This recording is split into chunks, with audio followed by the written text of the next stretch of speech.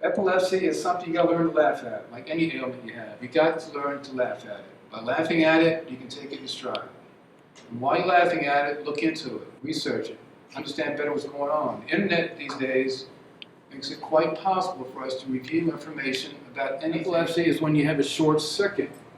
There's buildup electricity, bop, bop, bop, then the body has a short circuit to let the electricity go. The choice is how you handle it, like it is with all other ailments everybody gets. But epilepsy is so unspoken of. A lot of people get this happening to them because of head injuries. A lot of men in the military, and women. Seizure itself is where it happens and how it happens. When you're driving, I've had a few of those episodes. When you're up on ladders, it's happened to me a couple times on ladders. I won't get too heavy about everything else on you, but when you come close to dying, you think more about life. You realize it's more of a treasure it is, and you're more appreciative of it. And you don't care about a lot of material things. It doesn't matter. There's people who don't have it happen until they're in their 20s. A lot of elders in their 60s. Read up on it. It's only like a page of information to do when you have someone who has a seizure. It's real simple. It's not hard. The medical world has advanced tremendously to understand epilepsy. Now it's up to the rest of us in society to better understand it ourselves. I'll go for the small one first. The absent seizures. Those are types where you're just absent. Your mind's not with it. You're not talking to anybody or anything. The next one is the petite mal. This is Latin. Petite mals. That's a small seizure. That's really nothing like maybe your arm might shake or something. It's not Parkinson's, but it's something to that nature.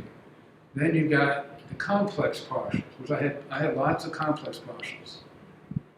And those are the times where you'll just be with it, the next minute you're not. And see, the seizures could happen to you to the point where people would be so scared of them. There's this one girl I read about, lived in Australia. She had one seizure.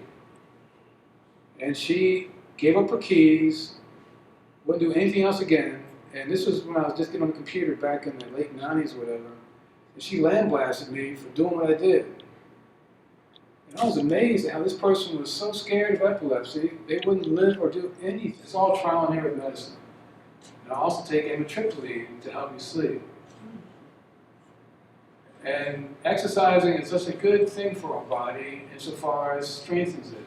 And the reason I back that up is because after I've had 2 sets of brain surgeries. What they do in brain surgery is they take you in, they go ahead and open up, take out part of the skull, and put in about 80 electrodes on the brain tissue.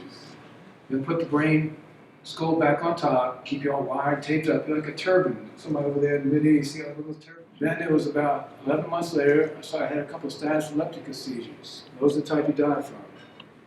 They asked me to come back in again.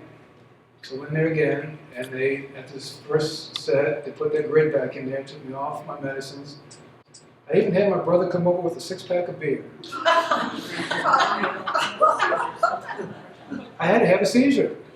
I did. The doctor would wait for me to have a seizure. So he brought a 6-pack, and it was hard drinking that beer with these wires stuck in my mouth. It wasn't easy at all, but it did work. The next day I had seizures, but they all happened on the other side of the brain, not the left temporal lobe, but the right temporal lobe.